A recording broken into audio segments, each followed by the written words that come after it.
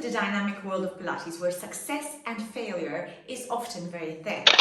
As a seasoned Pilates teacher trainer and business coach, I have seen many times where people have set up businesses and thinking that they could successfully run them without having any specific objectives in mind or any specific plans for the business, and unfortunately they fall flat on their faces.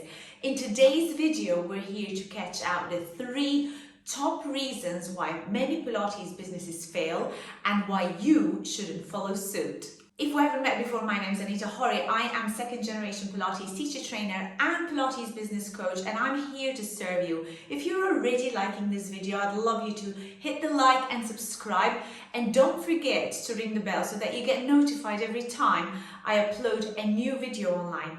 Now, coming back to this week's video, it's so important that you understand before you even set up yourself for success, you have to start planning. So the first reason why many Pilates businesses fail is purely because they lack any planning processes. So they forget about a business plan, they don't have an idea on how they want to set up their businesses, where and how they see their business expanding in 1, 2, 3, 4, 5 years and maybe even 10 years time.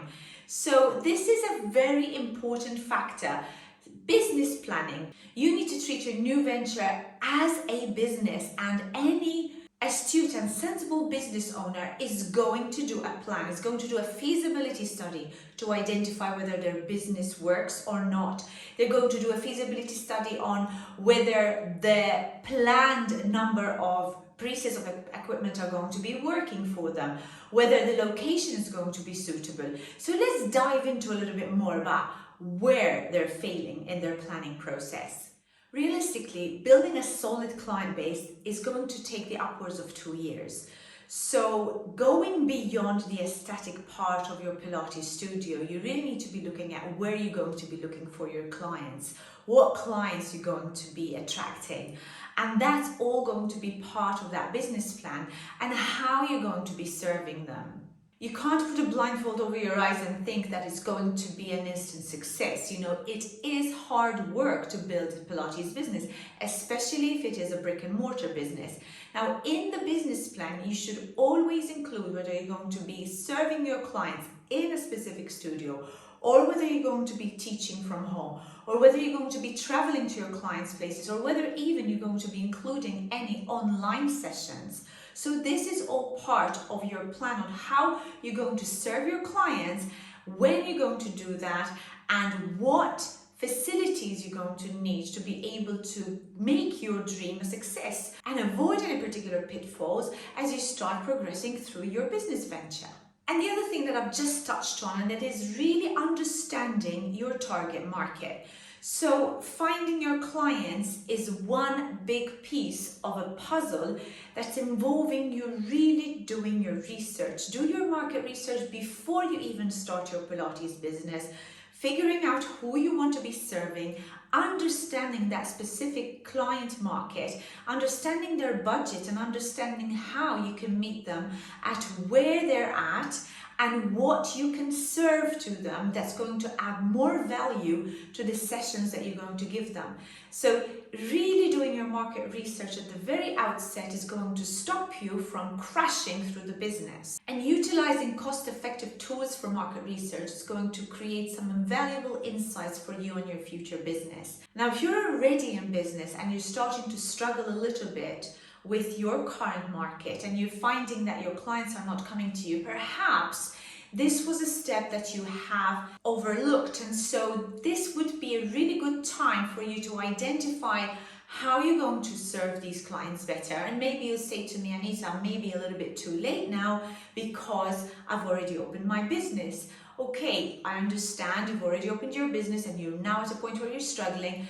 Do some research, really identify your client market, identify what their needs are. And if you're noticing that this market is not going to serve you, or you're not going to be able to serve your clients and still be profitable, then what I recommend is to really look into other areas and other ways of improving your business by maybe offering different services, looking for a new client niche and identifying whether you're able to serve a better client niche, and maybe you have to change the way that you're serving your clients, in saying that maybe giving sessions online, maybe going out to serve your clients, identifying the best way that you can push your business forward. But this is one of the major things why Pilates businesses crash. So not planning and not doing enough market research is really one way for you or anybody to really destroy their Pilates business. The second reason why many Pilates businesses fail is because they don't identify the right facility at the outset.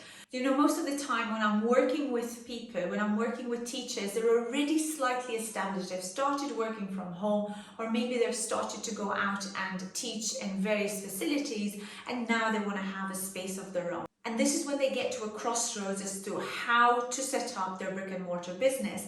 And these factors that are so important to identify right at the outset. You could fall in love with the space. You could see that it could make the perfect Pilates studio, but the surroundings are not suitable. And do not take the decision just to open the studio if you already know that there's going to be problems in people accessing your studio. So I had a situation where one of my studios was set in a 4-star hotel. It was a very nice beachfront location, absolutely gorgeous. However, the studio was based on the basement floor, so my clients had to go through the reception area, go through to the elevator, go down to the basement, and then have like another 2 or 3 minute walk down to the studio. Now, some clients would turn up late purely because they would find it difficult to park, or maybe they couldn't find parking space in the hotel, so they had to go out and park outside the hotel. And then all the other extra time that they're taking just to get into the studio was making it a little bit more difficult for them, and perhaps a little bit more frustrating. So the area and the location of my studio wasn't the most perfect one. I had the most lovely studio. It was huge, lots and lots of open space and lots of windows, and it was right on the beachfront, but I had that hindering of people needing to take an extra 5 to 10 minutes, adding that to their time to be able to get into my studio. So think about these things before you actually go off and open up the facility, making sure you've got the right space. And the other thing about the facility is that if the space has got very awkward and different and misshaped layouts, it's going to make it much harder for you to set up your apparatus. And you're going to see that maybe you're going to be losing quite a bit of space in trying to set the apparatus in the way that is going to be most functional.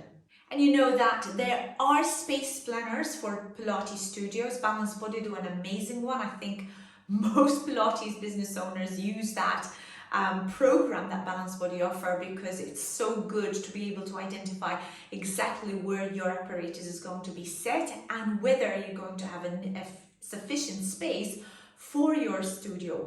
Sufficient space for your reception area, for your working out, for your private area, maybe for your changing rooms and your bathrooms, and any other space that you feel is appropriate to have in your studio. Now, one piece of advice that I need to give you here when it comes to selecting your space, and especially if you are trying to set up a business from scratch, is to see if you can find a space where you can share with somebody else. That's why it's so amazing to be able to collaborate with someone else, like a physiotherapist or maybe someone in the wellness industry. It doesn't need to be in the health industry, that you can actually share the space. Perhaps you, as the Pilates studio, would take most of the space because you would need more for your apparatus, but at least you know that you're going to be sharing the cost, you're going to be collaborating, and you're also going to be growing together. So all these are very, very essential to be done in the very beginning, so that you know you don't crash and you know that you don't fail in your Pilates endeavor. This is a very important tip that I'm giving you to avoid any pitfalls. And you don't know how many people I've come across that after a few years they realize, oh my goodness, my studio isn't the right studio, I'm not in the right location, I'm not serving the right people, there's not enough lighting, it's too hot, it's too cold, the sun is beaming through the windows and I'm unable to put blinds down, or even it's adding to my heating or my cooling costs because it's way too hot in my studio, or on the other end it's way too cold. Or even be very careful if you choose to go for basement properties, especially if they are basement off the street, because you have a risk of flooding. And I've got clients myself who had issues with studios flooding because they were in a basement location. So bear all this in mind when you are looking for your location. The third biggest mistake that Pilates studio owners make that actually makes them fail, this is a huge one because it actually gets people to shut down their studios, is staffing. Staffing problems are the real thing. They are a real issue. And that's why it's really important to have the right people on board from day one.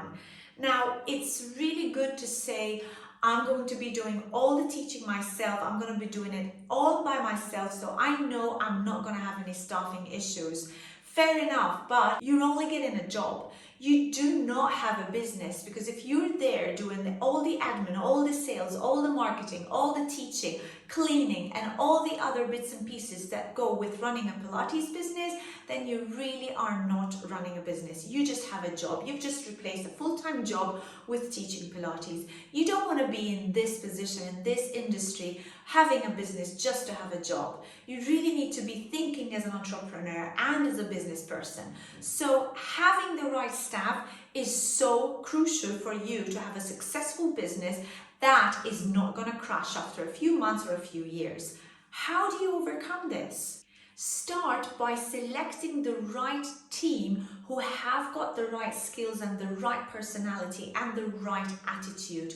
I've just finished an audit of a Pilates studio that belongs to a very close friend of mine, and the lady has got a good business.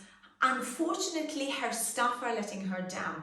She has got 3 members of staff that are not welcoming, that are very cold with the clients, that are unable to communicate well with the clients, there's no real personality involved, and that is actually pushing people away. So the idea here is that before you even start to employ these people, whether you're desperate or not, you need to make sure that you get the people with the right personality. Remember, skills can be taught. If you find the right people, but they don't have the right experience and the right knowledge of the industry or Pilates exercises, then you could always maybe subsidize a Pilates teacher training course for them.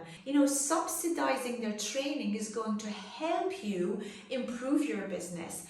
Getting the right team is what is absolutely necessary for you to build the business of your dreams and to expand in the way that you should be expanding a Pilates business. Now, you might not start with teaching staff initially. You might just start with your cleaning people, or maybe it is your admin staff or a studio manager, whoever that might be. Everybody needs to be on board. So having the right communication strategies, making sure that you are really rewarding them for whatever efforts they're putting into the business, it's going to help you build that tribe, and it starts from that family business that you've got, and you're going to be rewarding them for their efforts. And maybe you should be able to give them some commission-based salaries where when they bring clients in, they also get paid. All this is going to help you retain your staff. And I know this is such a huge issue with the Pilates industry, because most teachers end up leaving. And the biggest reason why most teachers end up leaving their jobs is because they're not happy with their boss. They're not happy with their terms. Do you really think that anyone who's loving their job, who's loving the place of work, who's loving the client and loving their boss and loving everything about where they're at, are going to even think about going out there and going into competition? opening up a Pilates studio is not a cheap venture. So, it's really not something that anyone is going to go out and do unless they really think about it and invest heavily in their new Pilates business. Now, for you to stop them from going out there and entering into competition, having robust contracts, having really strong relationships with your team, and giving that reward program for them is really going to help you build that tribe that they're not ever going to want to leave you. So this is a very important, that's why I left it to the end, because this is a very important thing you really need to consider. Don't think, I'm never going to employ staff, because you're really just shooting yourself in the foot. If you are starting up a business and thinking, I'm never going to employ anybody and I'm just going to run everything on my own, then you're really setting yourself up for failure. Pilates businesses grow like any wellness business on giving back and giving value to your clients, and by having the right team, you're going to grow the community and build your tribe. And talking about your tribe, being client-centered is going to really help you identify how you're going to grow your business.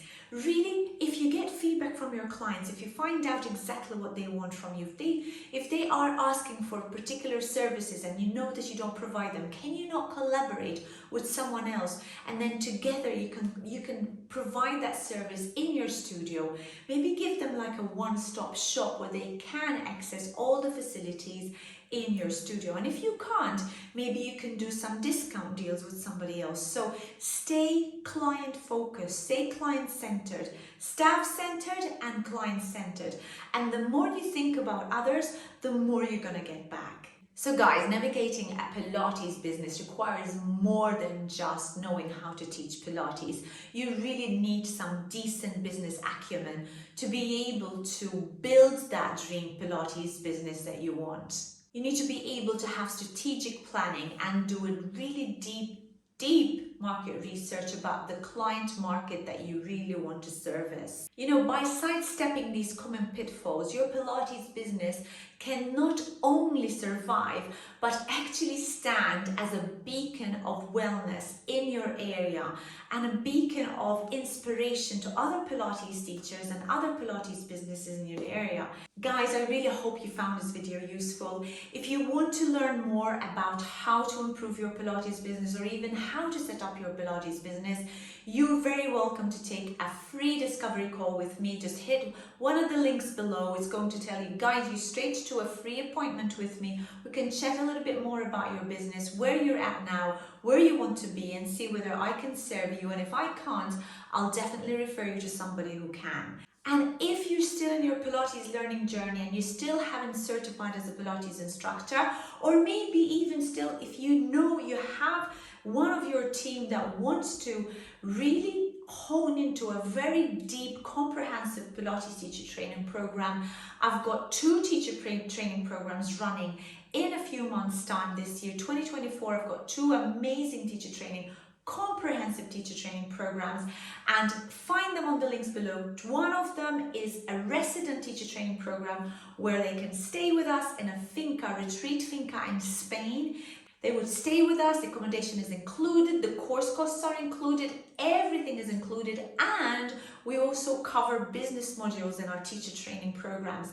So if you're interested for yourself or for anyone else that you might feel will benefit from our courses, hit the link below. There's 2 links below. There's one for the teacher training and one for your discovery call. If you want to have a free meeting with me, you're always very welcome. If you like the video, please hit the like, subscribe, and of course don't forget to ring the bell so that you get notified every time I upload a video online. Until my next video, guys, goodbye for now.